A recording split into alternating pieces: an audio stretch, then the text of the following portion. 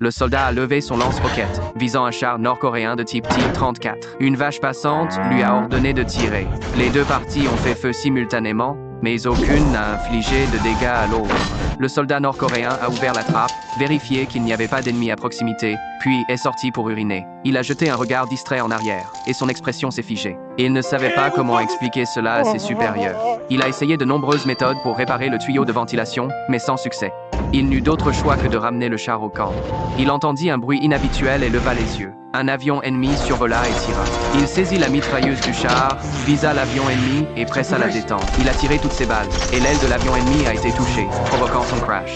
Il a avancé son char pour enquêter, pour découvrir que l'avion ennemi tentait de décoller à nouveau. Il a enfoncé l'accélérateur et s'est lancé à sa poursuite. Il a utilisé une méthode d'attaque que seul ce canon courbe pouvait employer. L'empennage de l'avion ennemi a été totalement détruit. Désormais, avion et char se livraient une course. Un soldat sud-coréen conduisait près du char à environ 3000 de distance. Quand il a réalisé que les documents confidentiels étaient encore à l'intérieur, il a sauté sur le char et a ordonné son arrêt. Il y avait un pont cassé devant. Le regard du soldat nord-coréen était rivé sur le chasseur sud-coréen et il a continué à accélérer pour le poursuivre. Le soldat sud-coréen est tombé du char. Le soldat nord-coréen regarda impuissant l'avion s'écraser depuis le pont effondré.